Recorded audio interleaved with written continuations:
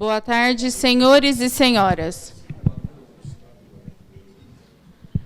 Retomando nossa programação, faremos uma mesa redonda para debater o tema, o aprimoramento da democracia. Para presidir os trabalhos, convidamos a professora doutora Mônica Herman Salem Cagiano. Para contribuírem como painelistas, convidamos o professor doutor Manuel Gonçalves Ferreira Filho. A professora doutora Maria Lúcia Amaral. O professor doutor José Levi Melo do Amaral Júnior. O professor doutor Carlos Blanco de Moraes.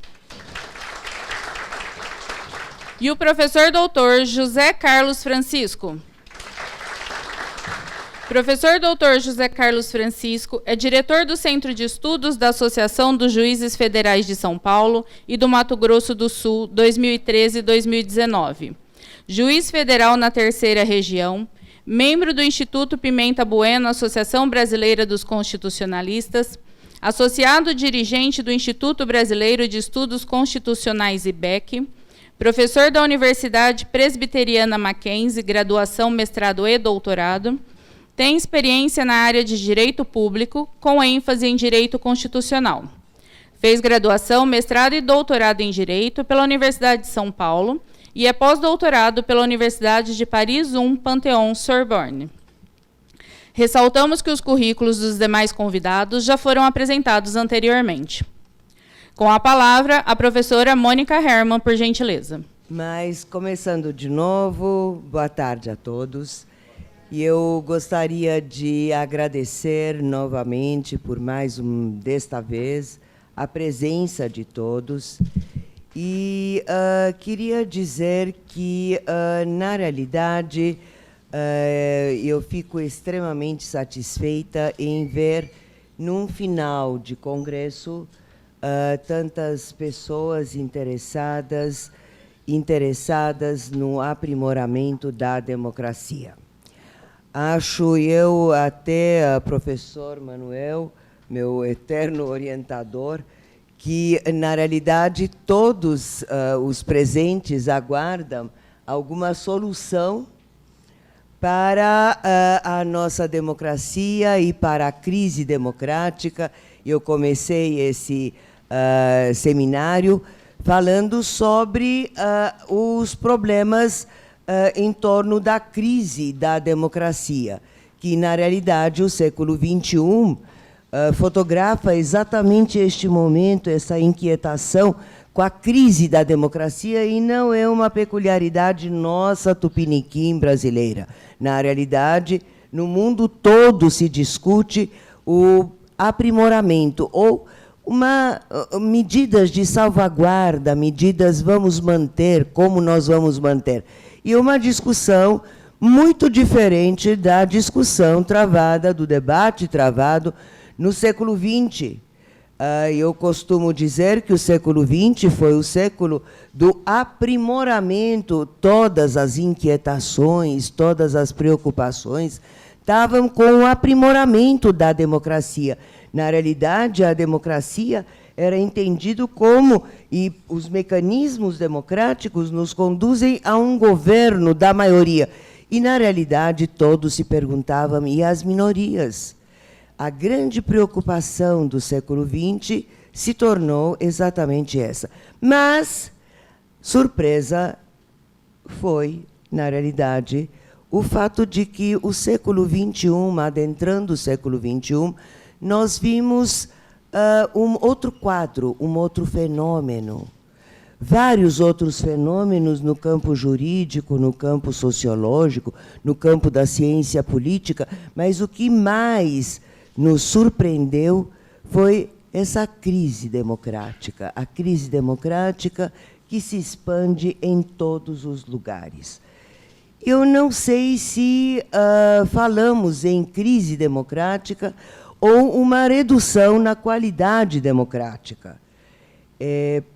Não sei, mas esse tema que eu vou passar a condução para o meu mestre, eterno mestre, o professor Manuel Gonçalves Ferreira Filho, mas, na realidade, o que nós vamos debater, discutir agora é exatamente o aprimoramento, se de aprimoramento nós podemos falar.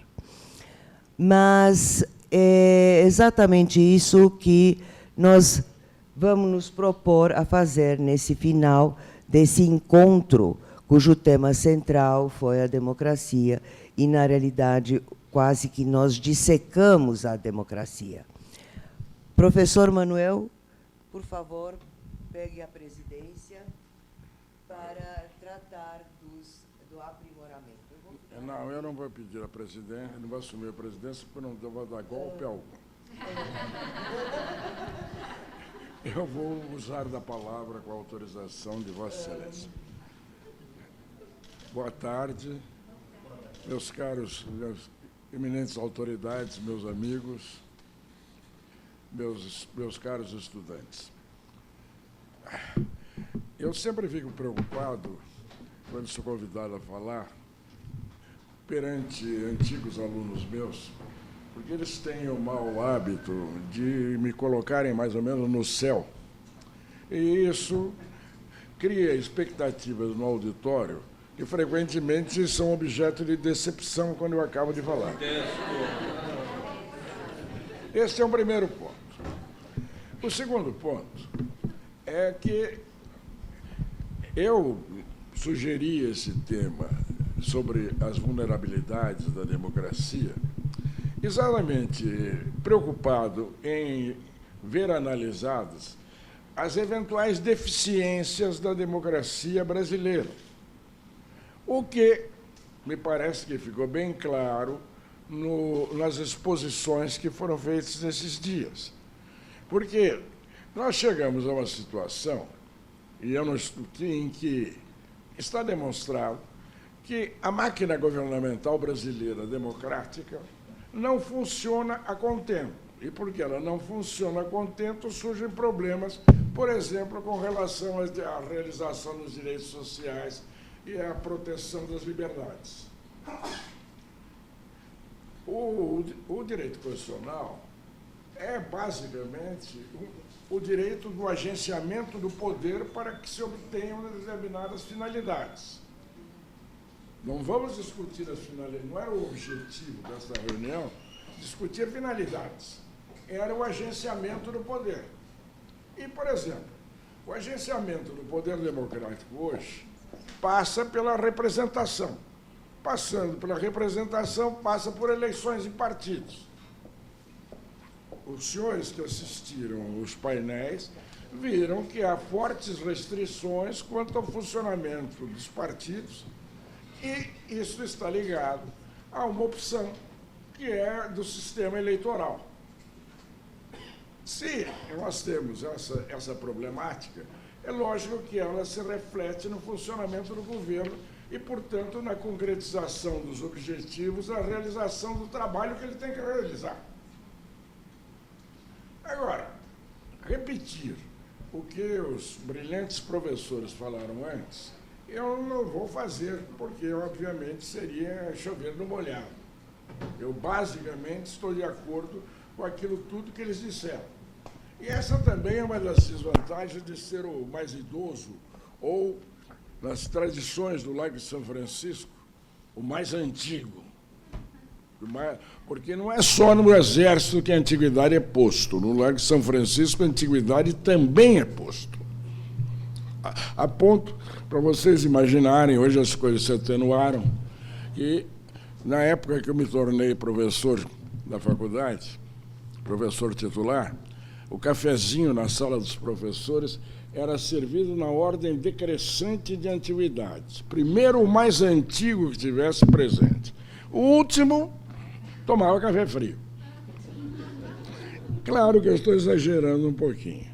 O que não impediu que a faculdade, embora com toda essa pompa e hierarquia, não fosse uma faculdade, cá entre nós, progressista. Está aqui a demonstração, não só com vários professores que estudaram por lá. Mas a desvantagem de ser o mais antigo ou mais idoso num trabalho como este, é que ele perde um pouco de assunto. E, consequentemente, o que ele tem que imaginar, o que ele vai falar a respeito da temática das vulnerabilidades da democracia, depois de terem falado o professor Carlos Blanco, a professora Maria Lúcia Amaral, o professor Levi do Amaral, e não vou citar todos, porque senão nós vamos ficar muito tempo em homenagens. Mas eu acho que houve um tema que não foi tocado diretamente, embora esteja implícito nas observações do professor Levi Amaral. Ninguém discutiu se entre as vulnerabilidades da democracia brasileira está exatamente o presidencialismo, o nosso sistema de governo, o sistema presidencial de governo. E esse é um tema que merece ser explorado, porque ele talvez justifique algumas deficiências da nossa democracia ou alguns desvios da nossa democracia. Sem querer fazer história, os senhores sabem que o presidencialismo foi implantado no Brasil a partir da proclamação da República. Foi proclamado num posicionamento de repúdio ao que se dizia o regime da intriga e da discórdia, do palavrório da intriga e da discórdia, porque era assim que os oposicionistas, naquele momento, se colocavam em face do parlamentarismo imperial. Esse regime, por outro lado, recebeu na sua gestação uma fortíssima influência, todos aqui sabem, de uma orientação política, que era a orientação positivista. O positivismo tinha como doutrina fundamental a colocação da ditadura republicana. Os senhores encontram em escritos brasileiros da época que o regime que devia ser implantado era a ditadura republicana. Bom, isso provavelmente vai tê-los deixado de cabelo em pé. Mas eu preciso colocar uma ressalva. O termo ditadura evoluiu na sua significação. Ditadura não era sinônimo de tirania, nem de despotismo. Tirania, historicamente, era um instituto do direito público romano para enfrentarem-se situações de grave crise. O ditador era uma figura, aspas, constitucional, porque ele deveria restabelecer a ordem, seja quando a ordem fosse ameaçada por invasão de inimigos, seja por perturbações internas.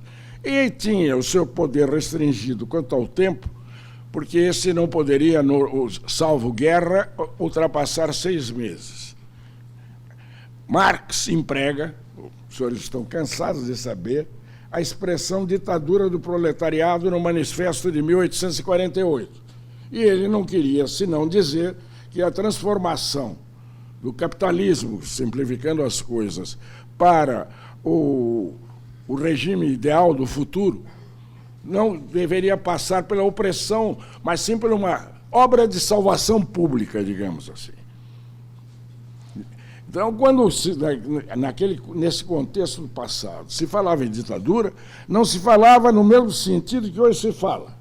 Porque naquele tempo, quando se falava em governo opressivo, sem limites, sem regras, se falava em tirania, ou já se começava a falar em despotismo. Este é o primeiro ponto. A República assim nasceu com a marca da ditadura republicana. E, na verdade, esse era o posicionamento que os presidentes da República, da velha República, assumiram desde o primeiro passo. A liderança das transformações, a liderança da governança era dele e de mais ninguém. Isso chegou ao ponto, não vamos dar uma aula de história, chegou ao ponto que nos anos 30, depois da Revolução de 30, houve um autor inglês que escreveu um livro conhecido chamado Sua Majestade, o Imperador do Brasil. Ele não estava se referindo a Pedro II ou a Pedro I. Ele estava se referindo a uma situação do superpoder do presidente da República. Nesse quadro, sem dúvida, havia a separação dos poderes, mas o legislativo e o executivo desempenhavam um papel secundário. É claro que os juristas vão levantar as batalhas de Rui Barbosa contra o estado de sítio, a proteção dos direitos fundamentais, a invenção do interdito possessório em defesa de direitos individuais, que é uma das raízes do mandado de segurança, etc., etc. Mas qual é a imagem global? Era que o presidente da República era praticamente onipotente. Inclusive, porque uma ilustre figura republicana paulista, chamado Campos Salles, criou um método de obter sistematicamente a maioria no Congresso. Era a famosa política dos governadores, que os senhores devem ter cansado de ouvir. E quando o governador, não estou mais me referindo a Campos Salles, o governador não era dócil ao presidente, havia intervenção federal também, nós tivemos inúmeros casos. A velha república era a república da ditadura republicana, o que permaneceu subjacentemente na mentalidade brasileira com relação ao presidencialismo.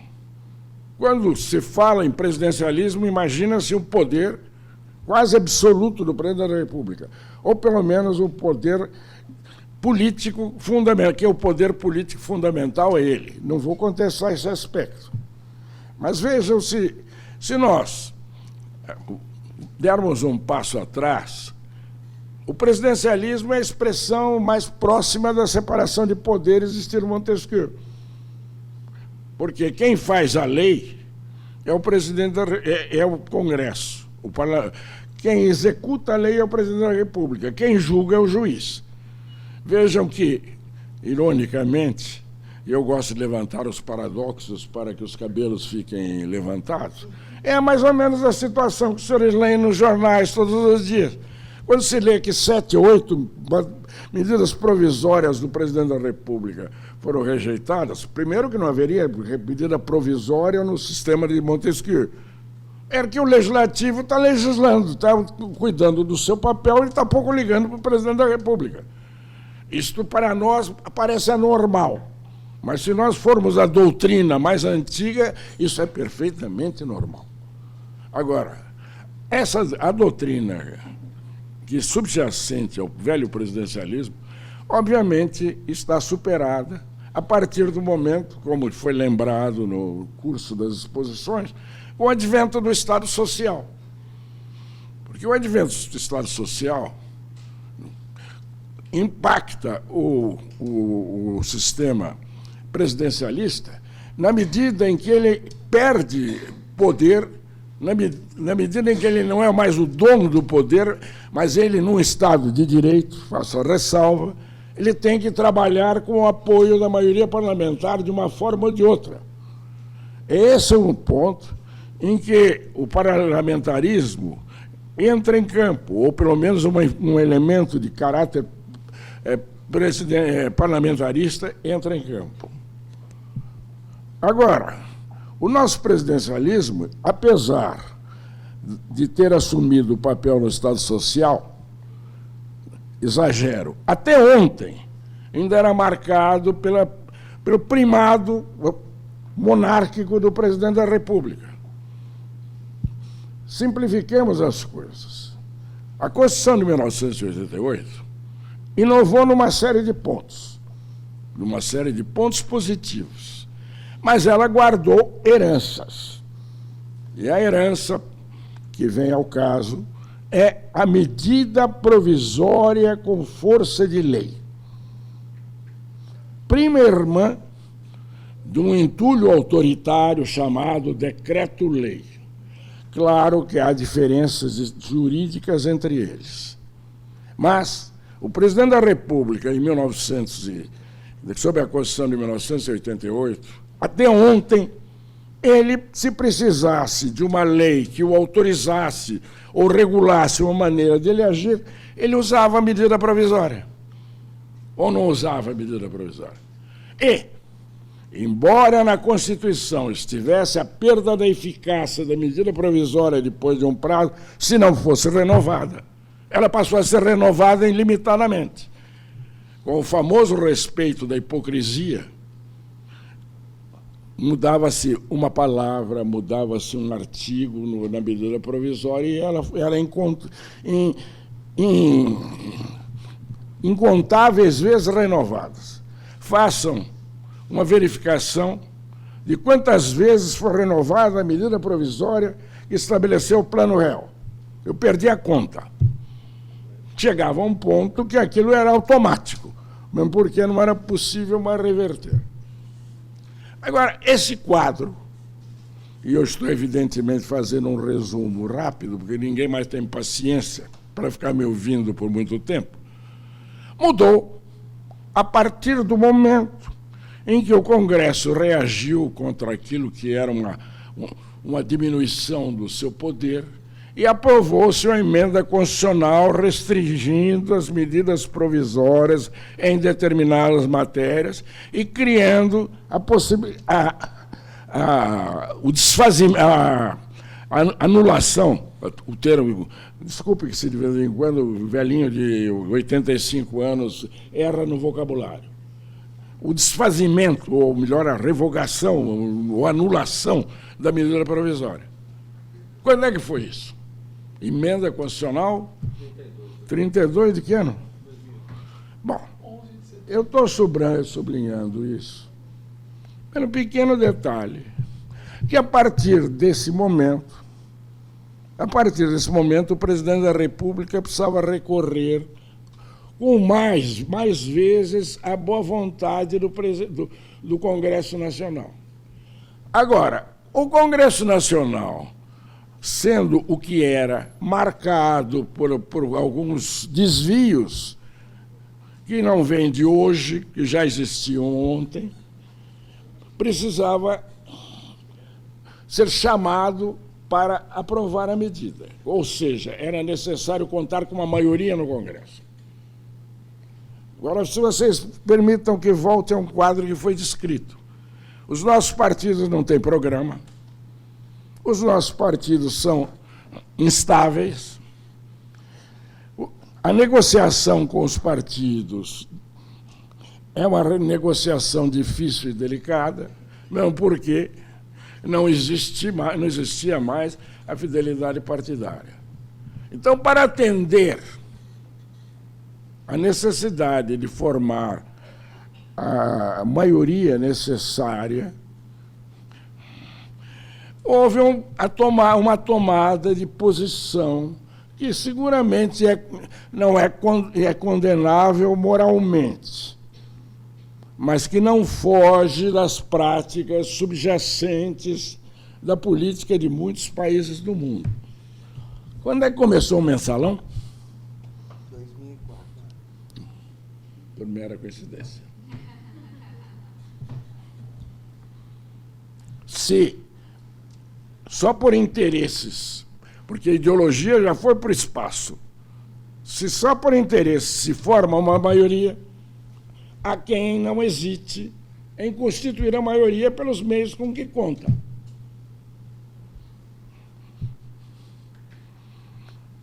Isto não é fruto da multiplicação, isso não é fruto da desvalorização do programa, da degeneração dos partidos.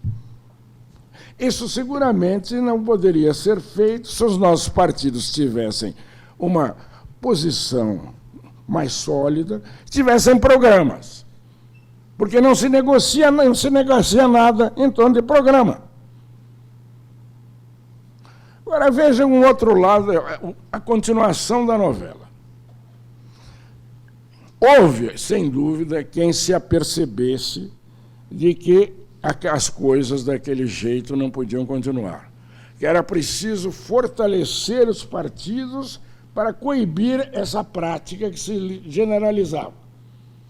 Aí entra o Supremo Tribunal Federal, 2007, e que eu preciso tomar cuidado com os termos, senão eu vou sair preso daqui. Aí entra o famoso ativismo judicial, as iluminações do Supremo Tribunal Federal. A iluminação foi qual? Numa consulta, o TSE, o TSE entende que perderia o mandato aquele que fosse eleito e deixasse o partido pelo qual se tinha elegido. Isto ainda se poderia invocar o exemplo do regime anterior, em que na Constituição havia fidelidade partidária e a perda do mandato do parlamentar que deixasse o partido pelo qual ele se tinha elegido ou desobedecesse às diretrizes regularmente estabelecidas do partido. Mas os senhores notaram que eu usei o termo parlamentar. Logo depois, segunda consulta ao TSE e novamente uma decisão iluminada. Se eu for preso, vocês me visitem lá. Segunda decisão iluminada. Qual foi a segunda decisão iluminada? Perde o mandato o eleito majoritário para prefeito, governador também, que deixasse o partido que se tinha elegido. Primeiro ponto, estava indo além do regime autoritário anterior, que, na verdade, nunca teve um cassado por decisão judicial, por deixar o partido, porque a Constituição previa que isso se fizesse num processo judicial. E, com perdão dos eminentes juízes aqui presentes, nenhum processo político dessa gravidade dura no Brasil 4 anos, né? Menos de 4 anos. Com 4 anos, é a mesma com 4 anos. Um processo desse é a mesma coisa que não existir. Eu poderia dar exemplos detalhados, mas acreditem em mim. Eu acho que também ninguém vai ficar muito surpreendido que um processo judicial sobre uma questão dessas dura menos de 4 anos. O Supremo Tribunal Federal endossou esse posicionamento 2 vezes em mandados de segurança. Bom, tornou-se uma situação que precisava ter uma saída. Aí, o TSE edita normas sobre essa questão. Não estou maluco. O TSE edita normas sobre essa questão.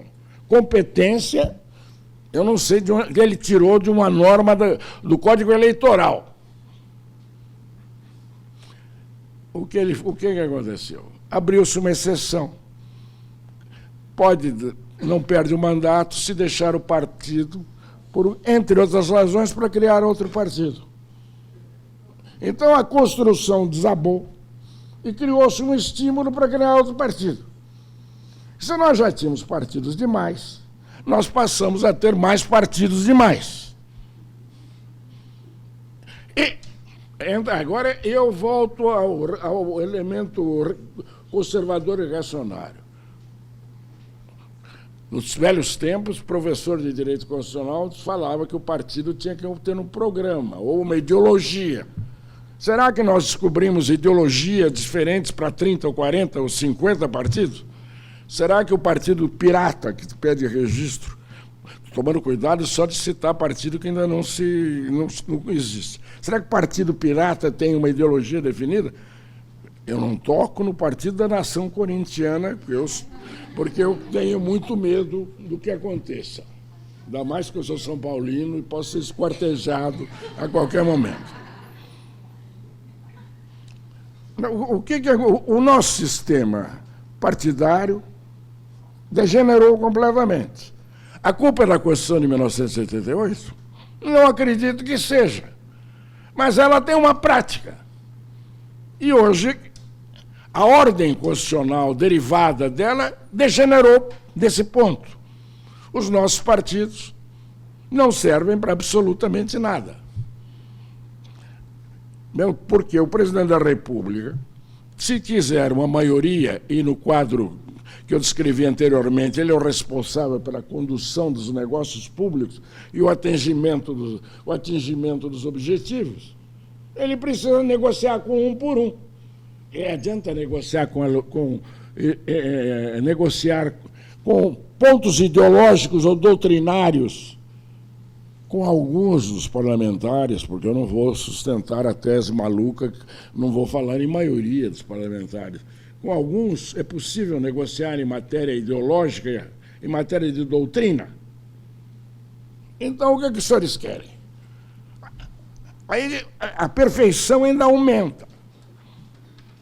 Porque há alguns anos atrás, porque a professora Mônica é jovem, a professora fez a sua tese de doutorado, ou a sua dissertação de mestrado, que é sobre o financiamento dos partidos políticos.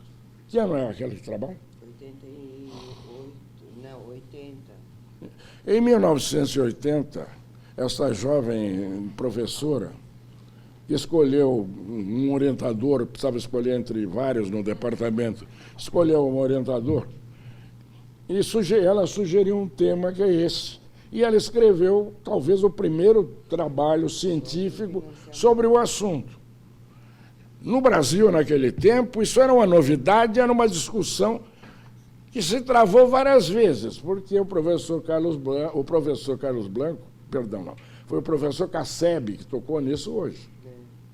Bom, aí também chega mais recentemente, o Supremo Tribunal Federal de novo é iluminado. E alegando que empresa não é cidadão, ela não pode contribuir para a campanha eleitoral.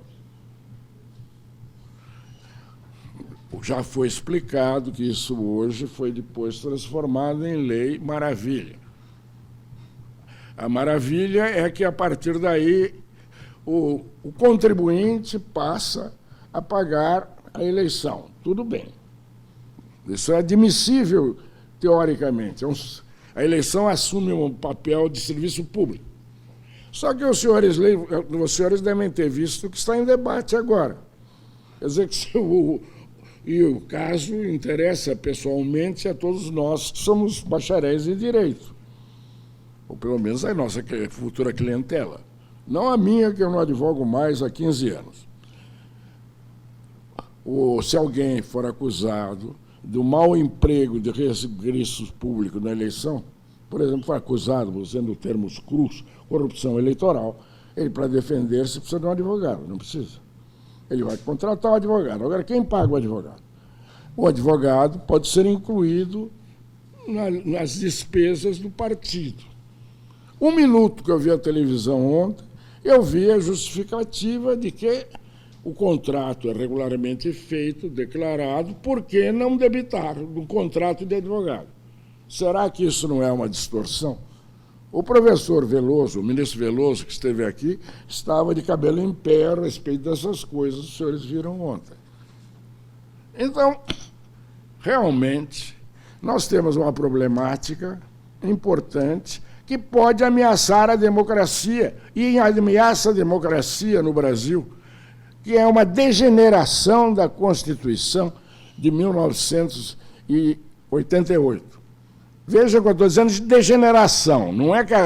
Não foi a Constituição que produziu isso. Ela se degenerou por influência de fatores variados. E ninguém, acho que vai sustentar que o que está acontecendo favorece o funcionamento da democracia ou a realização dos ideais democráticos. Agora, um outro ponto, para não insistir, e eu volto à temática do presidencialismo, sob a Constituição de 1988, nós sabemos que já houve 2 impeachments, que o professor Levi Amaral colocou bem, pelo menos com relação a um, porque, afinal de contas, embora ele seja um dos meus alunos mais chegados, eu não concordo necessariamente com tudo que ele diz, e muito menos ele concorda com tudo que eu digo. Certamente ele é mais bem educado do que eu, ele não manifesta a discordância aberta, ele é mais elegante. não houve um golpe de direita e um golpe de esquerda. Porque dizer que o golpe do Collor foi um golpe de esquerda, eu acho que é uma exageração. Eu também não estou dizendo que o impeachment da Dilma será golpe, isso é outra conversa. O Collor perdeu o poder porque ele não tinha a maioria mínima, o apoio mínimo no Congresso Nacional. Como, independentemente de considerações jurídicas ou políticas, a dona Dilma perdeu o poder porque ela não tinha 1/3 do Senado Federal. Ou eu estou sendo maluco? Se ela tivesse 1/3, ela teria sido condenada. Agora, 1/3 do Senado é muito para quem pretende exercer o poder. O poder se tinha erodido.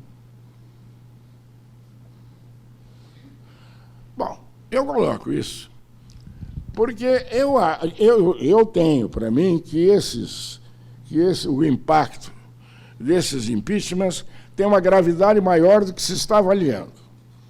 Inclusive porque me parece óbvio que ele causa profundo trauma no funcionamento das instituições e profundo abalo na democracia. O abalo perdura por muito e muito tempo e, frequentemente, tem uma série de outras consequências. Sem dúvida alguma, esse abalo ainda perdura nos dias que correm, embora o impeachment da presidente, porque eu não vou falar presidenta nunca, da presidente Dilma, não é tão longínquo assim.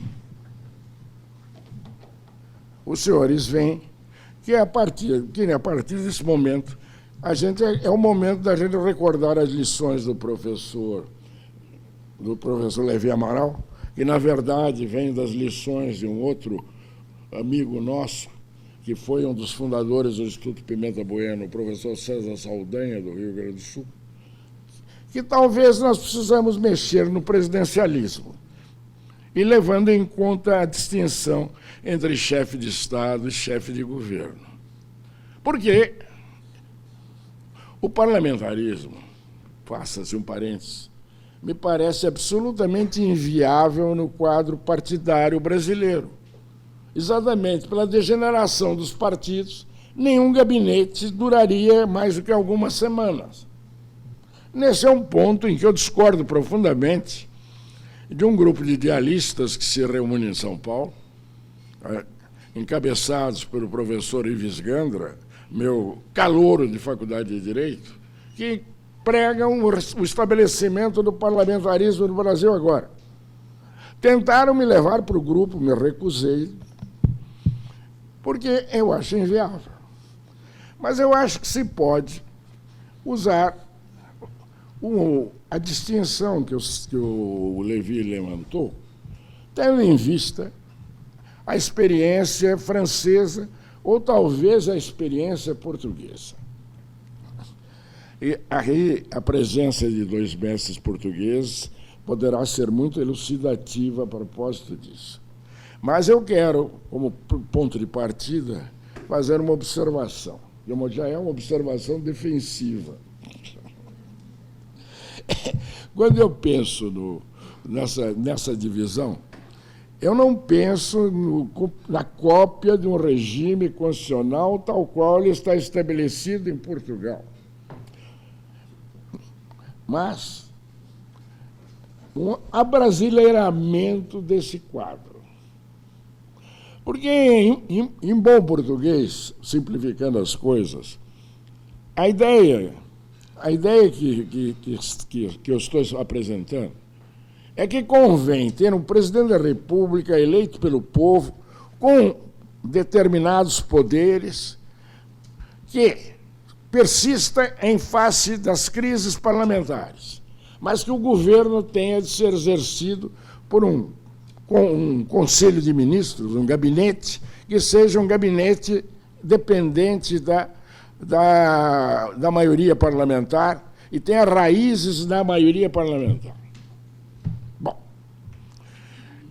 aí entra a história, e eu, quando começo a falar, de vez em quando falo demais. Aí entra a história, porque eu preciso dar um pouquinho do meu depoimento e da minha preocupação. eu, de certa forma, atraio problemas constitucionais. Eles estão dando risada. Mas, evidentemente, eu nasci em 1934, é claro que eu não assisti, que eu não tive nenhum grande, não me causou grande impacto o golpe de 1937, a restauração de 1945. Mas acontece que, em 1954, quando eu tive aulas de constitucional, eu não tive aulas de constitucional. Por que será, hein? Por causa da crise do Getúlio e a Faculdade de Direito em efervescência, como São Paulo inteiro, ou o Brasil inteiro, seguido dos mini-golpes e do General Lott, etc, etc, etc. Aí eu tenho a chance, que naquele tempo era rara, de fazer pós-graduação na Universidade de Paris, 1958. O que acontece na França quando eu estou lá? A Quarta República explode, o general de Gaulle é chamado a voltar ao poder. Mas o general de Gaulle era um homem sábio e tinha experiência. E ele, primeiro, só aceitou voltar ao poder regularmente investido pela maioria da Assembleia Nacional. Não se podia falar de golpe. Segundo, ele fez aprovar o que nós chamaríamos de emenda constitucional, dando poderes para que ele preparasse um projeto de Constituição, os seus assessores, com determinados parâmetros a serem observados, que deveria ser submetido a um referendo. Ele fez isso, fez o referendo, o projeto ganhou no referendo, é a Constituição Francesa de 1958. Nós estamos em 2019, é uma Constituição que dura 61 anos. Se nós temos orgulho de que a nossa agora completou 31, a Constituição Francesa tem mais do que isso. Agora, o que se vê na Constituição Francesa de 1958? Se vê exatamente, primeiro, a separação entre o presidente da República, que é chefe de Estado, mas tem poderes que vão além dos poderes habituais do chefe de Estado. O governo, porém, é um governo de estrutura parlamentar confiado a um gabinete que responde perante a Assembleia Nacional, o que dá uma flexibilidade. E, inclusive, embora eu tenha medo que os senhores digam que eu sou cínico, isso tem uma outra vantagem, porque a política é política. Se a política está dando com os burros na água, eu demito o primeiro-ministro e coloco outro no lugar, e eu não tenho nada a ver com as burradas que foram cometidas. Desculpe a minha colocação crua, mas eu vi isso acontecer, não no governo de Gaulle, mas no governo Mitterrand. Porque é claro que a professora Maria Lúcia Amaral se lembra, o professor Carlos Blanco de Moraes se lembra, mas houve uma senhora chamada Edith Cresson, que saiu do bolso do colete do presidente Mitterrand e do bolso do colete foi para o espaço, porque a política que ela adotou não teve qualquer êxito. Isto, aplicado a nós, eu acho que, por um lado, preservaria o nosso culto à eleição majoritária. Culto de que o presidente da República deve ser eleito. Mas evitaria que o presidente da República tivesse que se imiscuir no dia a dia da política. Permitiria uma alternância de políticas de acordo com a conveniência nacional. E isto não excluiria a necessária intervenção do Poder Legislativo na condução dos negócios públicos. Ao contrário. É claro que eu estou simplificando, e certamente o professor Carlos Blanco, a professora Maria Lúcia Amaral trarão vários esclarecimentos a respeito do assunto e podem até me convencer de que eu estou errado, embora eu esteja falando a brasileira. Isto evitaria o trauma dos impeachments. Isto daria uma flexibilização governamental. Agora, evidentemente, isto que eu estou levantando agora não deixa de lado, não exclui aquilo que se discutiu anteriormente, que é a necessidade de reformulação do nosso sistema eleitoral e nosso quadro partidário. Apenas eu estou levantando um outro elemento, mesmo porque os eminentes colegas que me precederam não me deixaram terreno, senão eu repetir o que eles tinham dito, senão concordar com eles. Concordar com eles não há problema. Mas os senhores diriam, ele apenas usa da palavra para dizer amém? Assim, eu não vou mais tomar-lhes o tempo. Eu levantei um problema novo e procurei explicar grosseiramente a razão do meu pensamento. Senhora diretora, muito obrigado.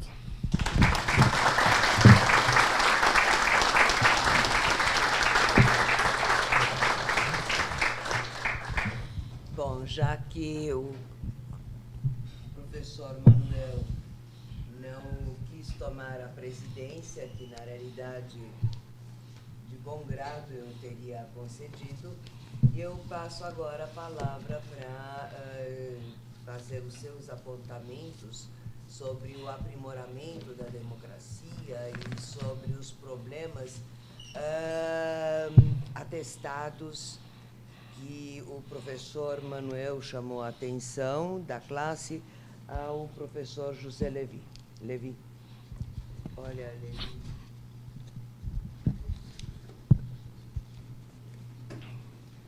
Boa tarde. Uma alegria voltar a fazer uso da palavra. Eu vou ser bastante breve, porque, como o professor Manuel Gonçalves Ferreira Filho bem observou, pela manhã eu já tive a oportunidade de falar os aperfeiçoamentos que me ocorrem. E eu insisto, me parece que... eu vou partir aqui de uma frase que não é minha, salvo engano meu, é do professor Robert Dahl, que é um politólogo americano, falecido há 3 ou 4 anos, cuja leitura me foi legada pelo professor Manuel Gonçalves Ferreira Filho, talvez o principal estudioso do professor Dahl entre nós, na literatura brasileira, na academia brasileira. O Dahl tem toda uma obra sobre a democracia, ou aquilo que ele considera a aproximação do ideal democrático, que ele denomina de poliarquia. E todos aqueles que estudaram Dahl a partir da obra do Dahl colocam que, se, porventura, temos a graça de chegar na democracia, a partir daí o que importa é avançar na qualidade da democracia. Se vocês, como eu, acreditam que nós temos uma muito boa democracia, nada impede que nós venhamos a buscar patamares ainda mais elevados de democracia, uma democracia melhor ou cada vez melhor. E aí vem uma frase do professor Dahl que eu considero muito apropriada para esse tipo de situação. Por mais democracia que se tenha, sempre há espaço para mais democracia. Eu iria mais adiante, voltando a algo que de certa maneira eu coloquei ainda pela manhã. A democracia, quando ela está em boa saúde, ela acaba ao natural, buscando novos espaços, novas modalidades, enfim, ela ao natural avança. Penso eu que a própria história da universalização do voto é uma prova disso. Pois bem, hoje nós estamos vendo a democracia espontaneamente entre nós, buscando novas formas de ser levada a efeito no ensejo dos meios eletrônicos que estão à nossa disposição. Nós verdadeiramente vivemos numa agroeletrônica em que todos nós nos conectamos, nós todos debatemos, não necessariamente num bom nível, mas o fato é que nós debatemos, e isso tem repercussões na política formal dos meios tradicionais de decisão político-institucional. Me parece que o grande desafio hoje, insisto, é nós tomarmos consciência disso e, tomando consciência disso, avançar na qualidade democrática por aí. E penso eu, e aqui é uma profissão de fé na democracia, penso eu que os canais institucionais tradicionais têm, sim, muito espaço nessa nova lógica de coisas, inclusive para aprimorar essa grande ágora virtual que nós vivemos. E me parece que, de uma maneira muito especial, muito privilegiada, há espaço, há bastante espaço para os partidos políticos tradicionais. No sentido de que os partidos políticos podem e devem ser canais a explorar dentro dessa nova lógica de coisas. E para isso, insisto, é o ponto que eu convergi na conversa matutina, acredito que os partidos políticos devem, sobretudo, abrirem-se para a democracia, por força, permitindo uma democratização interna. Me parece que é até uma forma dos partidos políticos se manterem no tempo. É uma forma dos partidos políticos conseguirem ter algum tipo de boa sobrevida na nova situação de coisas. Bom, eu vou concluir ilustrando o que eu defendi pela manhã e penso eu enfatizei agora à tarde, citando o professor Manuel Gonçalves Ferreira Filho. O professor Manuel, no seu doutorado na França, ele tocou num tema que àquele tempo era pouquíssimo tratado e de certa maneira continua pouquíssimo tratado, que o tema dos partidos políticos em nível constitucional ou a disciplina constitucional dos partidos políticos. O professor Manuel teve grandes mestres sobre o assunto, aí incluído o próprio Duverger.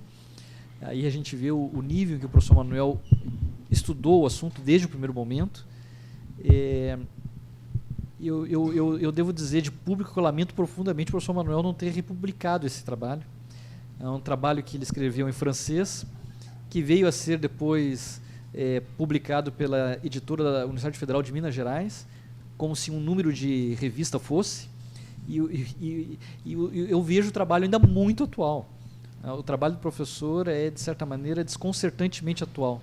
E para citar uma frase que o professor Celso Laffer gosta muito de citar, salvo engano meu, ele atribui ao professor Bobbio, clássico é isso, sempre tem algo a dizer. E essa obra é uma obra clássica que se mantém atual porque sempre tem algo a dizer.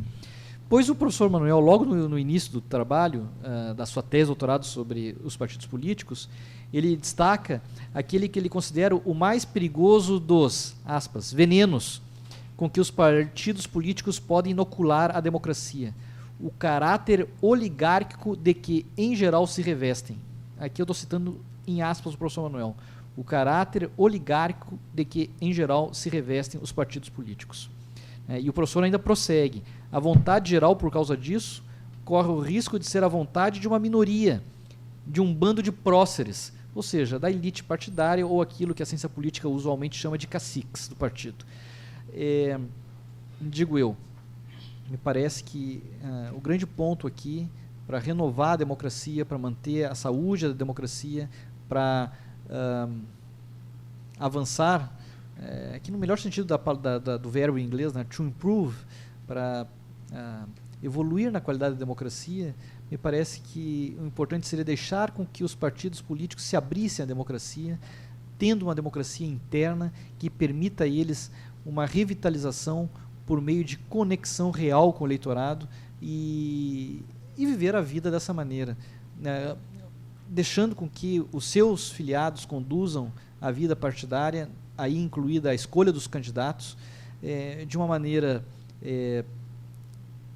vitalizada, de uma maneira democrática, verdadeiramente democrática, sem dedaços de um cacique partidário qualquer, seja ele quem for, por mais bem intencionado que seja, de modo que os próprios partidos possam dar exemplos de democracia e assim animar a todos do mais correto espírito de participação que é próprio da democracia, inclusive para fins de decantar eventuais excessos de uma agroeletrônica que desconheça limites institucionais. Muito obrigado.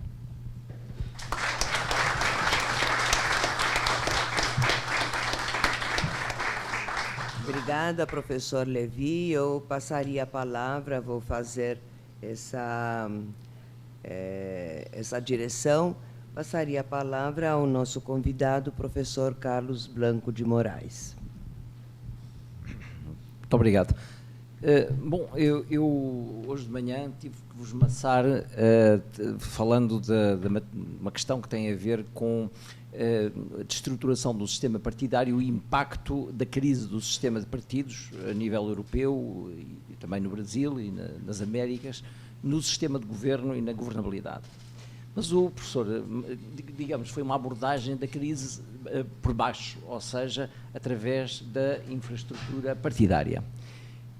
Todavia, o professor Manuel Gonçalves Ferreira Filho chamou a atenção para uma outra questão, uma questão estrutural, ou seja, a crise da democracia ou o aprimoramento da democracia. Portanto, se quer aprimorar, significa que a democracia, mesmo que não esteja em crise, eu acho que está em crise, mas envolve problemas de qualidade, portanto há um problema de oxidação da qualidade da democracia, por isso precisa de ser aprimorada.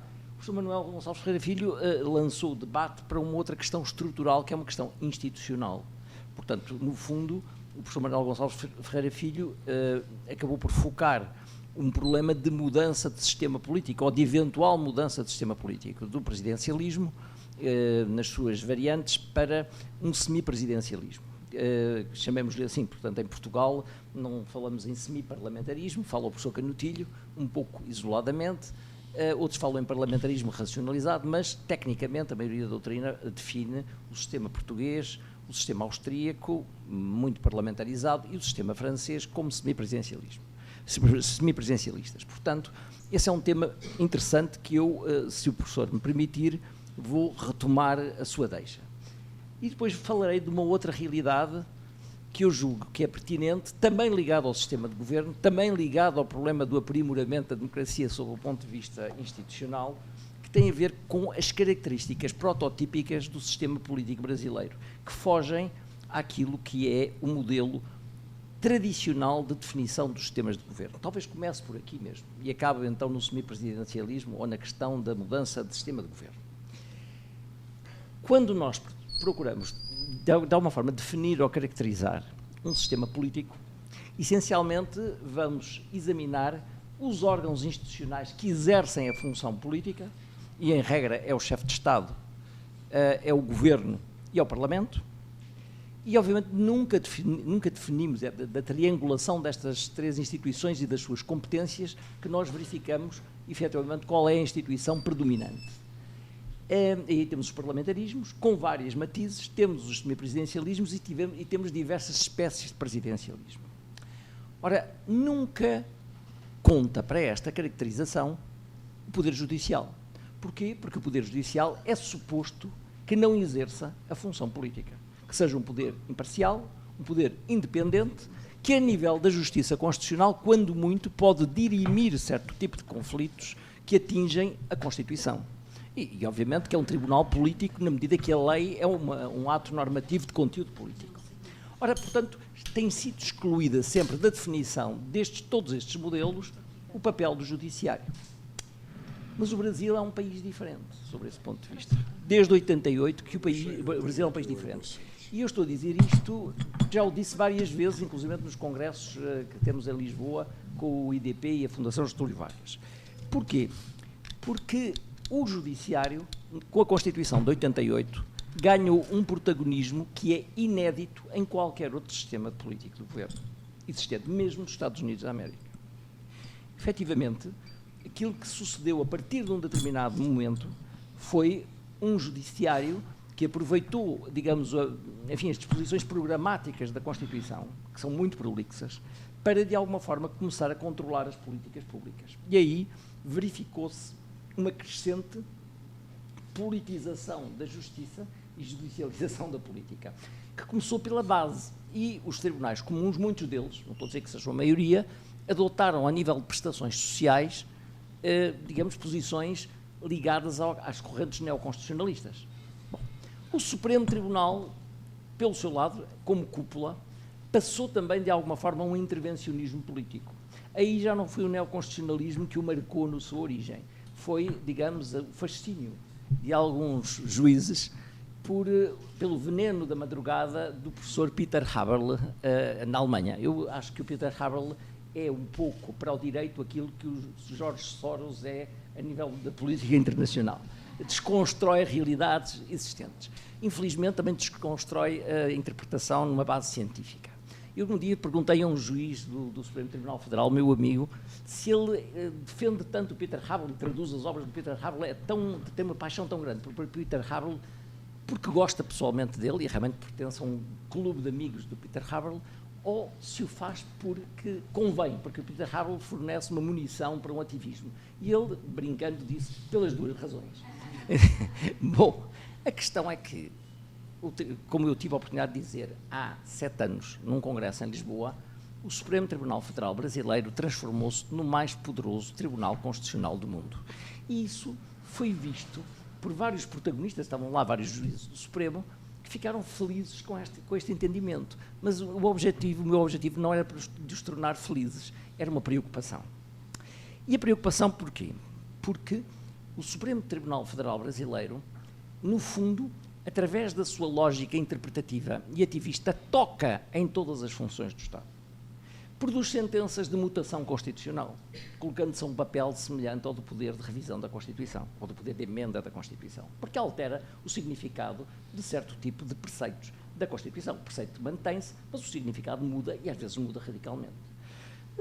De alguma forma também compete com a função legislativa, com as súmulas vinculantes, quando, sobretudo, elas não repetem, por assim dizer, quando não há controvérsia sobre determinado tipo de matérias, como foi o caso das algemas, não é? Também, de alguma forma, exerce superintendência sobre a administração pública através dos efeitos vinculantes das decisões com força obrigatória geral. E, de alguma forma, também, digamos, acaba por ter uma vinculação às decisões dos tribunais. Portanto, o Supremo Tribunal ganhou um poder imenso, porque toca em todos os outros poderes e coloca-se numa posição não só de poder moderador, como tinha o imperador, mas um poder corretivo das restantes instituições, ganhando uma autonomia nunca vista em mais parte nenhuma. Eu nunca vi juízes do Supremo Tribunal Federal darem entrevistas de natureza política, criticando este membro do governo ou esta ou aquela instituição. É inédito, mas existe. É um facto, e é um facto que tem que ser contado com distância, não é? Dado que se tornou the least dangerous branch, era suposto que o judiciário fosse the least dangerous branch, já não é, no Brasil não é. E como tal, concorre, no fundo, para a conformação do sistema político. De que forma? Ele não retira o caráter presidencialista do sistema, mas o Supremo Tribunal entra dentro das variáveis e das articulações institucionais. Por exemplo, durante o período, vou dar 3 exemplos, depende dos ciclos políticos. Durante o ciclo em que pontificou, que foi desde o presidente Henrique Cardoso até à presidente Dilma Rousseff, as instituições predominantes ou dominantes foram o Presidente da República de um lado e o Supremo Tribunal Federal. O Congresso era o parente pobre. Não legislava. Por vezes havia omissões que eram preenchidas pelo Judiciário. Quantas vezes isso não aconteceu? Aliás, o mandato de injunção e o avanço do mandato de injunção para uma posição concretista, em que o Supremo Tribunal, no caso das greves na função pública, praticamente legislou, demonstrou que o Presidente equilibrava-se com o Supremo Tribunal, que o Congresso era a instituição mais débil. Depois tivemos a presidência Temer, não é? Em que a situação mudou. O Supremo Tribunal, que aliás teve um papel importante no impeachment, fica como uma instituição muito forte. E eu direi que o Congresso e o Presidente ficaram como existem 2 instituições um pouco mais, digamos, mais fracas durante esse período. E atualmente temos uma situação então diferente. Durante este consulado político que agora se iniciou, o Supremo Tribunal e o Congresso, de facto, passaram a ser as instituições dominantes e a Presidência da República ficou como uma instituição mais subsidiária, porque, como se vê, não tem base parlamentar e muitas das suas políticas têm de ficar dependentes da boa vontade, enfim, dos arranjos que são feitos a nível do Parlamento. Portanto, como poder moderador e como poder corretivo, o Supremo Tribunal Federal passou, obviamente, a ser uma peça essencial, digamos, na configuração do sistema político atual. E eu pergunto se este é o papel que a Constituição de 88 reservou ao Supremo Tribunal Federal. Eu tenho as maiores dúvidas. portanto, o Supremo foi engrandecendo e foi crescendo autonomamente, autorreferencialmente, inicialmente com grande apoio da sociedade. E, neste momento, criou-se esta mesma situação. Só será que o judiciário é um poder moderador? Ou deve ser um poder moderador? Tem legitimidade popular para ser um poder moderador? Bom, isso é uma questão que eu deixo pendente. Um apontamento muito breve sobre a segunda questão que o professor Manuel Gonçalves Ferreira Filho colocou, a questão principal, a evolução para um semipresidencialismo. Bom, Portugal é um sistema semipresidencialista. A França é um sistema semipresidencialista. Ora, são dois sistemas semipresidencialistas muito diferentes um do outro. Em Portugal nós temos um semipresidencialismo de geometria variável. Em França temos um semipresidencialismo de claro pendor presidencial. Obviamente que o governo, como disse o professor Manuel, depende da Assembleia, mas o Presidente da República, embora isso não esteja consagrado na Constituição, há um costume constitucional que permite ao Presidente da República pedir ao Primeiro-Ministro que se demita, sobretudo se ele pertencer à mesma maioria política. As pessoas não sabem, mas existe uma carta, quando o Presidente é do mesmo partido ou da mesma maioria do Primeiro-Ministro, o Primeiro-Ministro assina uma carta em branco, assina uma carta de demissão que entrega ao Presidente e o Presidente conserva. E, portanto, quando o Presidente quer livrar-se do Primeiro-Ministro, o Presidente Mitterrand, aliás, foi falado pelo professor Manuel, mudava de primeiros-ministros como quem muda de camisa, teve 5 primeiros-ministros, não é?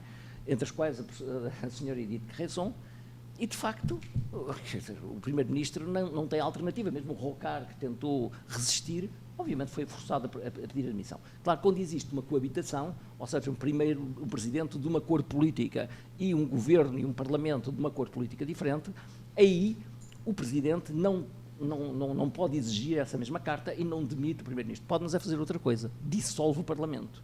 E a dissolução do Parlamento implica novas eleições e, eventualmente, uma mudança do ciclo político. Bom, ora, um semipresidencialismo à portuguesa, eu tive a oportunidade de dizer isto há três anos no Congresso em Lisboa, um semipresidencialismo à portuguesa, onde o Presidente tem poderes meramente corretivos e moderadores atenuados. Não é o chefe do Executivo, como em França é. Em França, mesmo em coabitação, o Presidente preside ao Conselho de Ministros. Em Portugal, não, só por convite. Um sistema à portuguesa implantado pelo Brasil, obviamente que seria caótico com o atual sistema partidário, porque o Governo continua a depender do Parlamento e aí, obviamente, quer dizer, com esta fragmentação, cairia com moções de censura sucessivas. Mas, para além disso, teríamos uma situação absurda, que serão as coabitações. Portugal vive permanentemente coabitações. O Presidente foi eleito pelo centro-direita, o atual Presidente, meu antecessor, aliás, na presidência do Grupo de Ciências Jurídico-Políticas na Faculdade, o Presidente da República, para todos os efeitos, o Presidente da República é uma instituição que foi eleita por uma determinada maioria do centro-direita, o atual Governo é um Governo de esquerda. E isso, assim sucessivamente, aconteceu sempre esta coabitação. Ora bem, eu não imagino o que é que seria esta coabitação no Brasil, se se importasse o sistema português. Nós teríamos, por exemplo, podemos ter um Presidente Lula e um Primeiro-Ministro Fernando Henrique Cardoso. Eventualmente até não seria dramático, podiam entender-se. Mas, se tivéssemos eleito um Presidente Dilma e um Primeiro-Ministro Aécio Neves, seria realmente difícil conceber o funcionamento e a governabilidade. Ou um Presidente Bolsonaro e um Primeiro-Ministro Haddad. Bom, portanto, eu penso que o sistema português implantado no Brasil seria um pouco a tirar gasolina para a fogueira. Agora, também concordo com o professor Manuel Gonçalves Ferreira Filho que um modelo francês, que é um semipresidencialismo de pendor presidencial, aí sim poderia ter um conjunto de vantagens. Tinha que se limitar à hipótese da coabitação, mas a chave também continuava a ser a mesma. Sem reforma do sistema partidário e do sistema eleitoral, seria ingovernável, porque o Presidente poderia tentar sustentar o Governo, mas o Governo cairia no Parlamento com 30 partidos. Não é? Obviamente que o sistema francês é um sistema eleitoral maioritário, portanto, voto distrital, a 2 turnos, e que tem algumas vantagens. Sinceramente, eu acho que permitiria que no primeiro turno todos concorressem e cada eleitor tivesse um voto sincero, votava no candidato do seu interesse em cada circunscrição, e depois ou ele tinha a maioria absoluta e era eleito, ou não tendo a maioria absoluta, haveria um segundo turno, e eu diria, não como em França, em que podem concorrer candidatos com mais de 12,5%, mas os 2 candidatos mais votados iriam a um segundo turno E aí gerar-se, como acontece em França, um multipartidarismo de partidos interdependentes. Portanto, e há coligações, não é? Ou do centro-direita ou do centro-esquerda, é o que tem sucedido. Não estou a dizer que o sistema seja eterno. Atualmente houve uma crise do sistema partidário, mas durou muito tempo. Durou umas boas décadas. Enfim, eu acho que era um ensaio interessante. Não há receitas milagrosas, não há aqueles remédios como o Gil Brás de Santillana, que tinha, enfim, um remédio que dava para todo tipo de doenças. Mas, enfim, seria algo interessante a discutir. E peço desculpa pelo tempo que demorei. Obrigada, professor. Eu me permito, portanto, dar a palavra para a nossa provedora, a provedora de Portugal, a professora Maria Lúcia Amaral. Não, deixa estar a ver. Ora, muito boa tarde. Boa tarde a todos. É um prazer, uma vez mais, falar convosco. E o que posso eu agora dizer? Que estamos a terminar 2 dias de debate sobre a democracia. As vulnerabilidades da democracia brasileira. Eu aí serei um elemento externo que aprende, escuta e procura compreender, mas as vulnerabilidades da democracia no tempo presente. Nestes 2 dias, eu procurei ouvir tudo atentamente e se pudesse fazer agora um balanço, uma conclusão de tudo quanto aprendi, eu diria que colocaria duas colunas diferentes. Primeira coluna, como se vivêssemos em tempos clássicos. A questão da democracia, como se vivêssemos em tempos clássicos. O que é que eu chamo de tempos clássicos? Chamo de tempos clássicos aos tempos em que existe uma larga ou maioritária aceitação quanto aos cânones gerais do bom governo. E outra coluna, que é conclusões sobre as vulnerabilidades ou aprimoramento da democracia, como se não vivêssemos em tempos clássicos, como se os tempos que estivéssemos a passar fossem tempos de ausência de consenso quanto aos cânones gerais do que é um bom governo. Relativamente à primeira coluna, como se vivêssemos em tempos clássicos, eu diria que aquilo que falámos são verdades que se repetem em todas as alturas. Não há boa democracia, não há bom governo sem instituições sólidas. As instituições sólidas não são só aquelas que duram.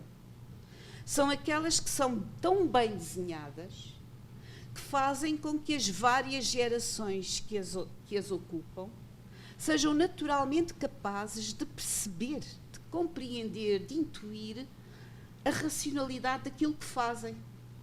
E são, por isso, naturalmente levadas, isto creio que é a definição de uma instituição política bem desenhada. As várias gerações que as ocupam são naturalmente levadas pelo bom desenho da instituição a entender a racionalidade, o seu racional, a racionalidade daquilo que fazem e, portanto, a servir, ao estarem na instituição, o interesse geral e não a perseguir o interesse próprio.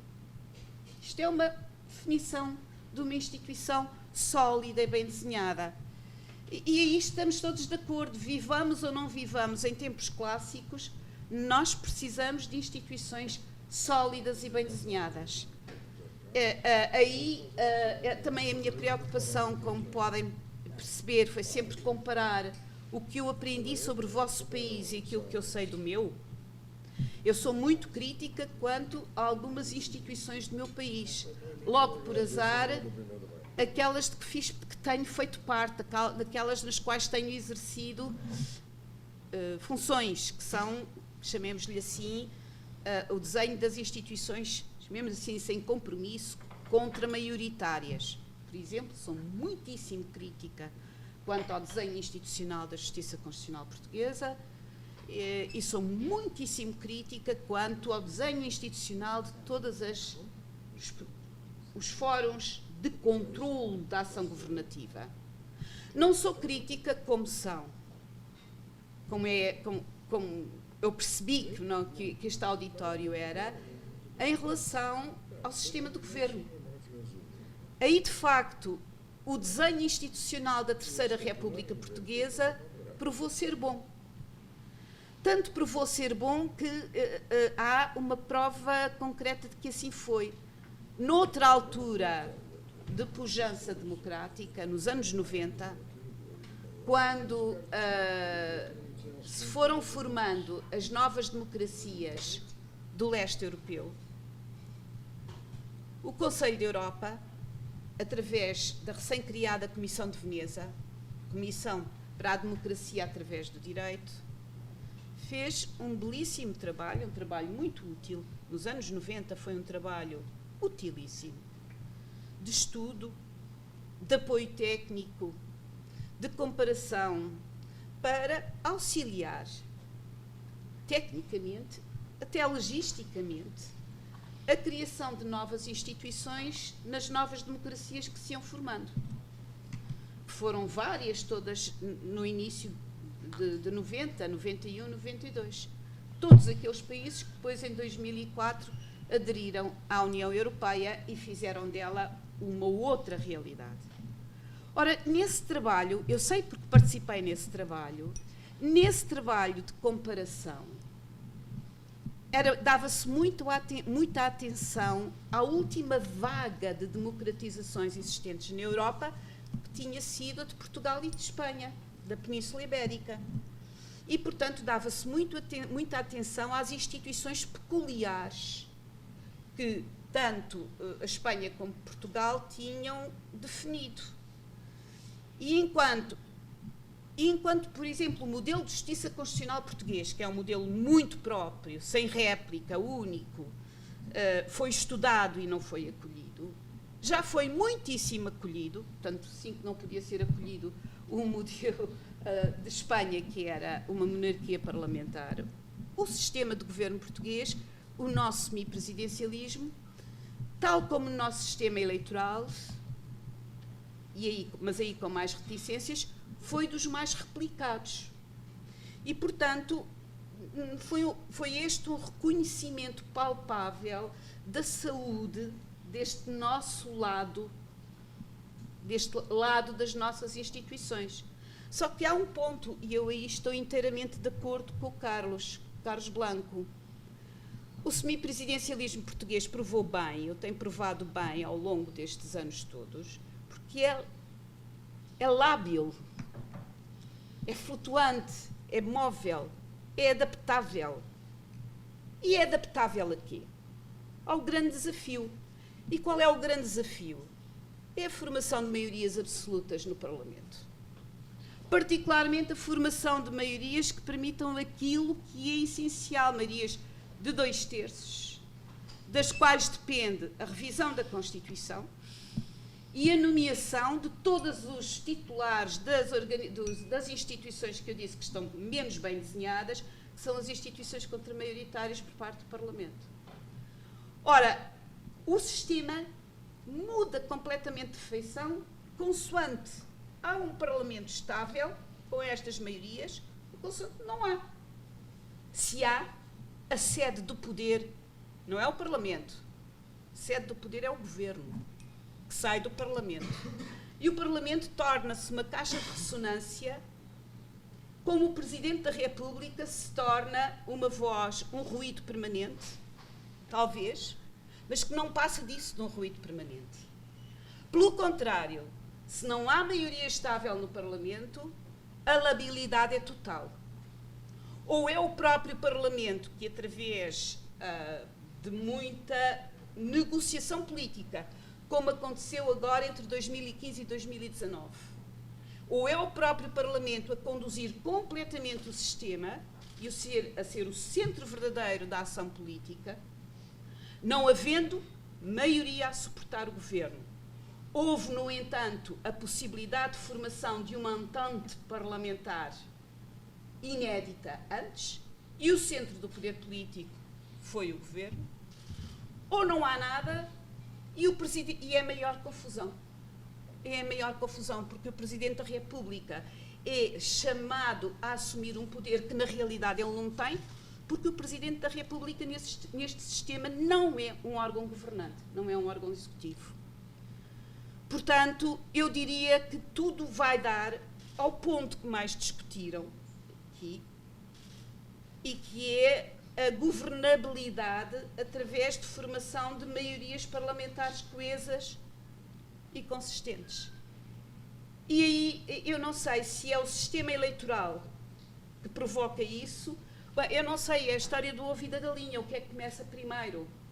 Se um sistema eleitoral e uma mudança de sistema eleitoral transformaria completamente um quadro de fragmentação, e isso, de facto, eu não sei. Sei que o nosso sistema eleitoral, teoricamente, é um sistema proporcionalmente protegido constitucionalmente de uma forma que todos os outros europeus acham, enfim, impensável, mas, enfim, é assim.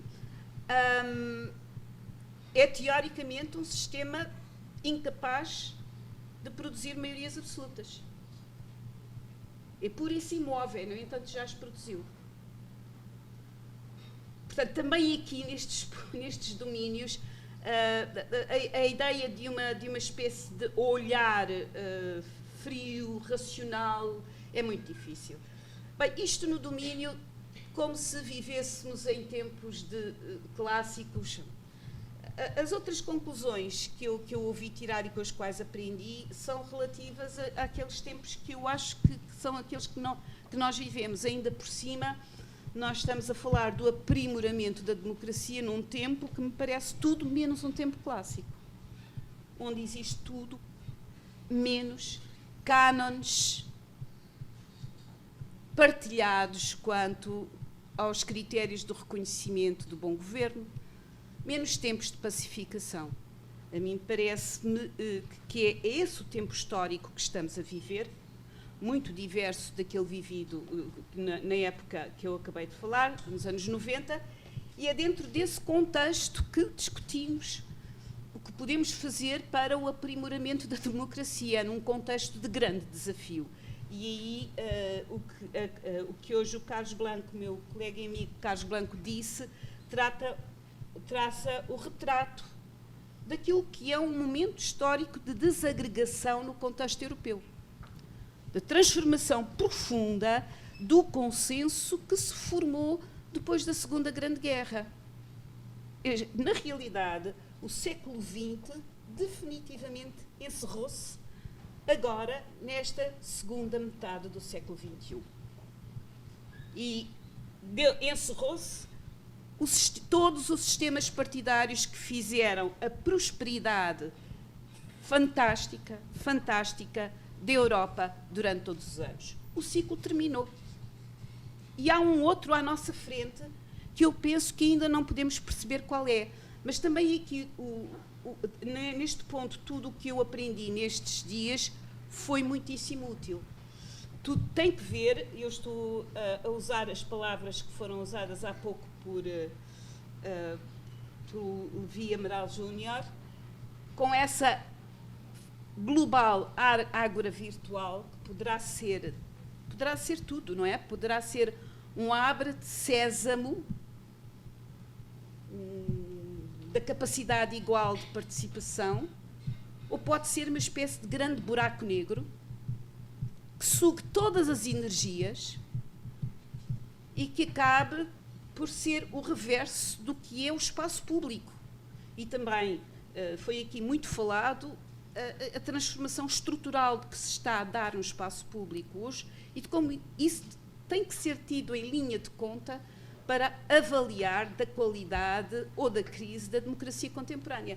O pior que podia acontecer é que a fantástica transformação técnica por que estamos a passar transformasse a esfera pública ou o espaço público no reverso daquilo que ele é. Ele é um lugar para onde se atiram ideias e opiniões, onde elas, em tese, são vividas, trabalhadas, experimentadas e depois são devolvidas ao público enriquecidas.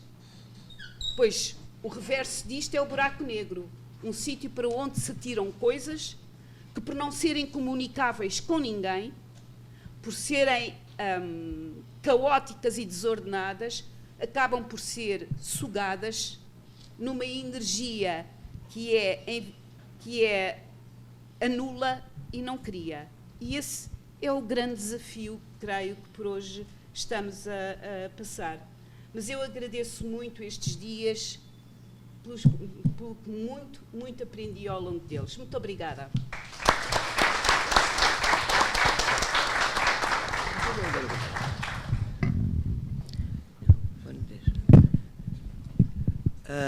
Agora eu me permito, na sequência, dar a palavra ao professor doutor José Carlos Francisco, para também falar a sua opinião sobre eventuais mecanismos ou instrumentos de aprimoramento da democracia. Professor Zé Carlos. Boa tarde a todos. Primeiro, cumprimento o professor de todos nós, professor Manuel, pelo Pimenta Bueno, cumprimento a professora Mônica pela USP, professor Duarte pela Unesp, professora Maria Lúcia Amaral pela delegação portuguesa e a professora Fernanda pelos amigos presentes. Tá? Eu teria a oportunidade de ter falado a vocês ontem sobre as vulnerabilidades. Eu fiz um ajuste muito breve para falar sobre o aprimoramento. E nessa curta exposição que eu quero fazer a vocês, esses apontamentos que eu quero fazer a vocês, eu combinar o que foi dito pelo professor Carlos Blanco e o que foi dito pelo professor José Levi. Eu quero falar um pouco a vocês sobre os novos players do jogo político brasileiro, né?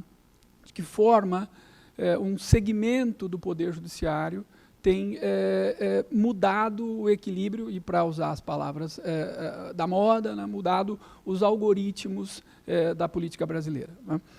Há muitos anos atrás, muitos anos mesmo, na casa dos 20 anos, num dos eventos do Pimenta Bueno, feitos em São Paulo, eu tive a oportunidade de ouvir uma expressão que o professor Carlos Blanco usou, que é a politização do Poder Judiciário pela judicialização da política. Né? E durante muito tempo eu trabalhei com a ideia de que essa politização do Poder Judiciário, ou seja, o uso ideológico, o uso político-partidário da máquina judiciária, sobretudo para controle de políticas públicas, ele era feito intraprocesso. Ele era feito de forma intraprocessual. Então, é a prestação jurisdicional movida por critérios, repito, ideológicos, político-partidários, etc., ideologias de direita e esquerda, ou de centro, enfim, há vários, né, posicionamentos nessas graduações, de que forma isso desequilibrava o jogo político.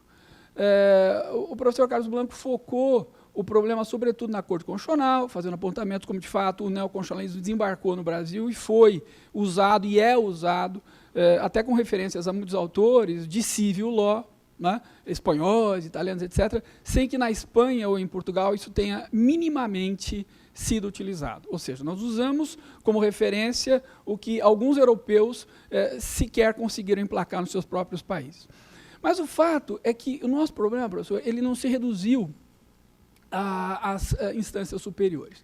Há um outro viés, há uma outra perspectiva da politização do Poder Judiciário, que já é antiga, mas ela tem sido muito mais viva, ela tem muito mais cor e muito mais peso hoje na vida política, que é o que eu tenho chamado, que eu teria sido meu tema de ontem, o populismo judicial como plataforma para a posterior candidatura política.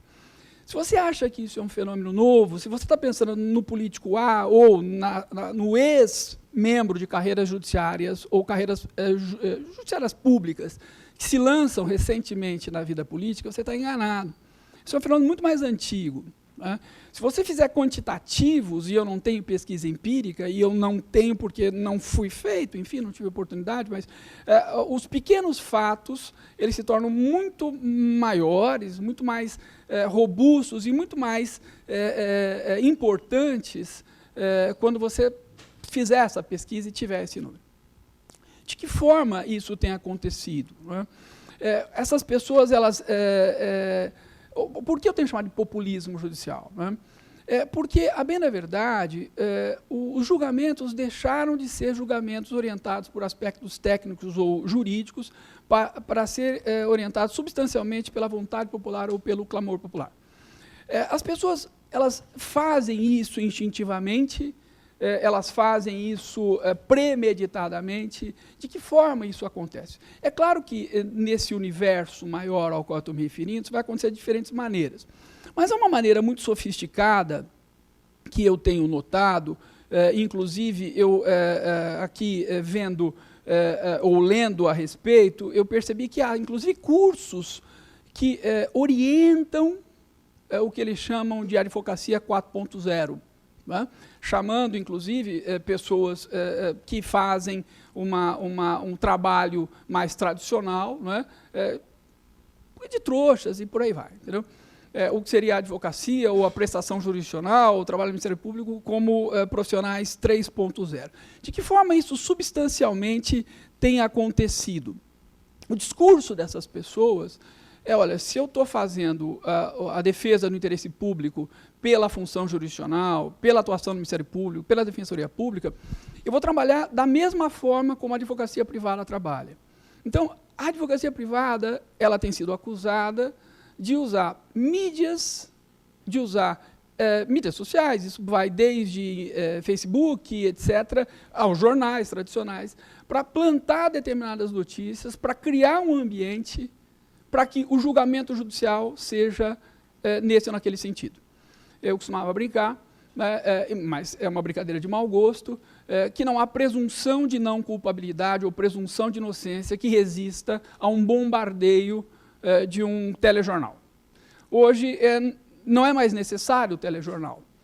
Com impulsionamento de conteúdo dessa ou daquela matéria, com o uso de uma mídia social dessa ou daquela forma, o que acaba acontecendo é que a pressão que se faz em relação à máquina judiciária é tão forte, não de Supremo, de primeiro grau, de segundo grau, a justiça ordinária, a jurisdição ordinária, isso em todos os seus atores. Repito, o advogado público, o promotor de justiça, o juiz ordinário. Essa pressão é tão forte que essas pessoas cedem, elas fraquejam. Mas aí que acontece o que hoje, o que eu queria tratar com vocês. Não é? É que essas pessoas que trabalham pelo lado do Poder Judiciário, ou do lado de dentro do balcão, portanto, do Poder Público, elas começam a usar essas mesmas fórmulas de trabalho. Então, elas começam a usar as mídias sociais, os contatos com a imprensa, um vazamento aqui, outro ali, etc. Não é? E, a um determinado momento, essas pessoas se veem diante de um fato. Elas têm um ativo, que é o nome delas, o prestígio delas, que é um fator determinante para a vida política. Elas, durante esse período, elas influenciaram a vida política, mas de dentro, o intraprocessual. O que está acontecendo, e é um fato, que, repito, quantificável por uma pesquisa empírica, o que está acontecendo é que as pessoas estão se lançando para a vida política. Já vem se lançando, já se lançaram, mas o número está aumentando. Não? Esse ativo, ele pode, repito, ter sido criado de uma forma estratégica. O cara queria isso desde o começo. Isso acontece, vocês estão pensando nos altos cargos, etc. Não, isso acontece com um promotor de justiça numa pequena comarca que pega a cesta básica, numa suspensão condicional do processo, e entrega para uma área que ele tem influência política e consegue o voto. Então, perceba que isso não é uma coisa que está sendo, da minha parte, dita com nome e sobrenome. Não, ele é muito maior. Isso está capilarizado. Aquilo que o professor Carlos Blanco mencionou, que a Constituição de 88 provocou no Supremo, ela provocou em toda a estrutura do Poder Judiciário. Eu confessava a um amigo ali fora, né, o professor Zé Levi, na verdade, que eu tenho um grande amigo desembargador, que está sofrendo uma pressão terrível porque ele soltou um político. Mas pressão de quem? Da sociedade? Não, de um juiz de primeiro grau, que tinha mandado prender. De que forma? Desse modo ao qual eu estou me referindo. Desse modo que eu estou descrevendo a vocês. Então, se você, repito, está pensando no grande nome, não está falando desse sujeito, desse político, não estou falando deles. Estou falando de muito mais. Então, é um problema que tem mudado o algoritmo do nosso funcionamento dentro da estrutura do Poder Judiciário, dentro, obviamente, da vida política. Né? Então, esses novos políticos que têm, né, uma credibilidade construída a partir de uma ideia de instituição, de Poder Judiciário, de Ministério Público, etc., eles se veem com esse ativo que pode ser alavancado por uma vida política. Que ele, portanto, pode usar para uma candidatura para cargo eletivo ou para postular um posto de executivo e por aí vai. Repito, isso acontece em vários níveis. Não é? Quais são as grandes disfuncionalidades que esse sistema provoca, que esse sistema, no mau sentido, provoca? Se você quiser fazer referência com séries da Netflix, também funciona. Não é? Há um deslocamento do titular material da função jurisdicional. Então, você passa a ter um julgador que não é mais aquele investido pela função, né, pelo concurso, etc., o julgamento deixa de ser técnico e o deslocamento é feito em um grande júri popular. Quantificável, se você quiser usar ferramentas de Big Data. Aquilo que nós falávamos há 3 ou 4 anos atrás, que os fatos de eleição americana, de Brexit, etc., que as nossas eleições recentes mostraram, por que isso tem de ficar restrito apenas as eleições do Poder Executivo ou do Poder Legislativo? Está presente no próprio Poder Judiciário. É o que eu estou dizendo a vocês. Há um podcast ao qual eu não quero me referir, que a pessoa ela faz propaganda dessa espécie de estratégia. E aí vem com uma explicação ingênua ou cínica, não é, de que o trabalho, na verdade, não é para manipular o julgamento, é para influenciar o julgamento. Ora, eu custo acreditar, não é, que exista uma diferença sobre a perspectiva do interessado. Ele sempre vai dizer que é por um bom motivo. Não é? Então, você desloca, o julgamento deixa de ser técnico e passa a ser um julgamento por um júri popular que, bem na verdade, é manipulável por quem está por trás dessas redes, dessas informações. Né? Evidentemente, isso desconstrói a ideia de imparcialidade, neutralidade, impessoalidade das funções, todas elas relacionadas às carreiras públicas, afetas à vida judiciária. Repito, isso não é só juiz, isso é promotor de justiça, isso é procurador da República, isso é defensor público e por aí vai. Né? As decisões parecem verdadeiras, parecem técnicas, mas, a bem da verdade, elas são politizadas, a estratégia é para vencer, e tudo isso a partir de uma encenação muito própria desse mecanismo. Há uma corrosão evidente do Estado de Direito pelo ativismo judicial mencionado pelo professor Manuel. Como corrigir isso? Como enfrentar isso? Nós temos ferramentas antigas para enfrentar isso. Nós temos tribunais com corregedorias, nós temos sistemas correcionais, inclusive pelo CNJ, pelo CNMP, mas é evidente que isso é insuficiente. Não é? De que forma eu vendo, não pelo foco ou pelo viés que o professor Carlos mencionou, mas pelo foco que eu me propus a colocar? Como nós bloqueamos essa espécie de atividade ideológica, político-partidária desses novos políticos enquanto estão na carreira judicial, enquanto fazem a carreira judicial como um trampolim para a vida política? Uma regra de bloqueio que não é novidade. Há algum tempo atrás, pela emenda 45 de 2004, foi incluída uma regra de bloqueio que nós não tínhamos, que é a quarentena, não é? Para que, finda a vida judiciária, a pessoa, para voltar a advogar dentro da mesma esfera, ou seja, o sujeito é juiz estadual, saiu para voltar ao fórum como advogado, no qual ele era juiz até o mês passado, ele tem de esperar um período, não é? Uma quarentena, não é verdade? Como bloquear isso para essa vicissitude, essa vulnerabilidade do nosso sistema? Não é? Uma regra equivalente. Não é? Então, para a pessoa se candidatar a um cargo político, não é? Qualquer um, não é? Seja ele de executivo, seja ele de legislativo, tem um bloqueio. 2 ou 3 anos é suficiente, não é? Para que esse ativo ele seja testado. né? Porque há muito de oportunismo do aproveitamento dos partidos políticos em relação a esses nomes. 2 ou 3 anos as pessoas desaparecem, ou não. Se houver uma real credibilidade, né, se houver um motivo pelo qual o nome foi construído, não pelo populismo, mas pela qualidade, essas pessoas terão esse ativo depois de 2 ou 3 anos. Né. Óbvio que é necessário controlar a mídia social da parte dos membros dessas carreiras públicas. Eu queria terminar com 2 ideias muito simples. Houve uma tentativa, há alguns anos atrás, da ONU em construir um código de ética de conduta judicial mundial. Né? ONU, enfim, que são os princípios de Bangalore. Né? E há uma cláusula, a cláusula 4 desses princípios de Bangalore, é interessante, porque ela diz o que todos nós sabemos. Né? Não basta a neutralidade. É necessário que o juiz também seja neutro, ou que pareça neutro, desculpe. Então, não basta a neutralidade, é necessário que é a velha história, a mulher de César não basta ser honesta, é necessário que ela também pareça honesta. Isso está traduzido no item 4.4, né? 4 de Bangalore. E alguns de vocês podem estar me ouvindo e achando que, enfim, eu estou destruindo a ideia de renovação, né, que vocês viam ou veem nesses membros das carreiras judiciárias, né, que seriam aí a salvação.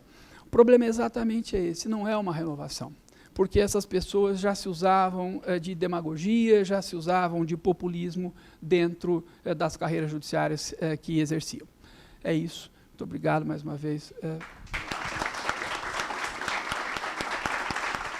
Minha cara professora Mônica Hermann Salem Carigiano, digníssima diretora da Faculdade de Direito de Ribeirão Preto. Eu, em nome do Instituto Pimenta Bueno, quero agradecer a acolhida que o Instituto teve e seus membros para essa discussão, que eu espero tenha sido do agrado de todos aqueles que a assistiram. Esse agradecimento à Faculdade de Ribeirão Preto, eu também formulo ao grupo da Faculdade de Direito da Unesp de Franca, liderado pelo professor Galhardo e pelo professor José Duarte, que colaborou com tanto. O meu agradecimento, obviamente, também se estende a todo o auditório, que teve paciência de ouvir por dias e dias essas discussões, às vezes muito secas, muito cansativas. Eu quero, igualmente, agradecer a todos os professores que colaboraram com as suas palestras e que, assim, enriqueceram aquilo que seria, talvez, sem eles, ou que seria certamente sem eles, uma modesta reunião. Mas, depois desse agradecimento, eu vou me permitir uma observação, que talvez seja o meu testamento. O direito constitucional incorpora uma experiência milenar que se traduz em instituições de valor consagrado. O Estado de Direito, a separação dos poderes, a representação popular que torna possível a democracia, o fim colimado, o governo do povo, pelo povo, para o povo. Assim, o modelo clássico merece, pelo seu passado e seu mérito, persistir como rumo do constitucionalismo no futuro. Não está ele superado. Entretanto, este modelo, construído pela experiência, ou seja, pelo aproveitamento de lições históricas, teorizado de forma inexcedível por nomes como Montesquieu, Locke, Rousseau, tem de ser atualizado e renovado. Os pais do constitucionalismo, quando formularam as suas lições imortais, apenas contavam com seu gênio, o que não é pouco, e os ensinamentos da história, nem sempre verídica, e da filosofia, sempre polêmica. Nos 2 séculos que nos separam, e os separam de nós, nasceram a sociologia, a antropologia, a psicologia, a psicanálise, nem se falando da ciência política, etc. Seus dados nada trariam para o aproveitamento, para o aprimoramento do modelo clássico? Pergunto. Ajustam-se esses ensinamentos plenamente aos pressupostos do modelo atual? O homem é sempre racional? Ele é altruísta ou egoísta? Afinal, Rousseau, Locke e Hobbes discutiram isso. Nem se tocando no sagrado. Ou seja, ele, um ser criado à imagem e semelhança de Deus, ou é um primata evoluído? Ademais, para tocar num ponto momentoso, no Estado contemporâneo, de largas dimensões e numerosos cidadãos, e marcado pela globalização, a informação que permitiria ao cidadão escolher e decidir questões simples e locais, como previa Montesquieu ao lançar as bases da representação política, é suficiente para que ele decida questões multifacetadas e complexas do presente? E de onde vem e como se transmite essa informação? Para Montesquieu, indubitavelmente, ela viria do convívio e das lições transmitidas pelas tradições familiares e locais, a sabedoria pela leitura dos mestres do passado. Nem o impacto do jornal podia ele levar em conta. Ora, depois do jornal, vieram os meios de comunicação audiovisual, rádio, cinema, televisão, e o impacto desses já foram apontados por um McLuhan, por um Sartori, que falou até numa videodemocracia. E agora há o impacto dos meios digitais. Não influi isto sobre a decisão, não influi isto sobre uma apreciação da importância dessa informação por meios novos, sobre a formação da opinião pública, sobre o desencadear das paixões e a criação de mitos. Isto que o modelo clássico não podia prever foi bem apercebido pelos que criaram as técnicas de influenciar as mentes racionais do ser humano, tanto que hoje não se faz política sem marqueteiros. Esta modernização do direito constitucional, insisto, não importa perderem-se as lições do passado, pois, como já se disse, aspas, somos anões apoiados nos ombros de gigantes. É a missão do constitucionalista nos dias que correm, inclusive porque somente isto salvará a democracia. É a tarefa dos jovens que aqui estão. Eu apenas posso apontar a tarefa. Muito obrigado.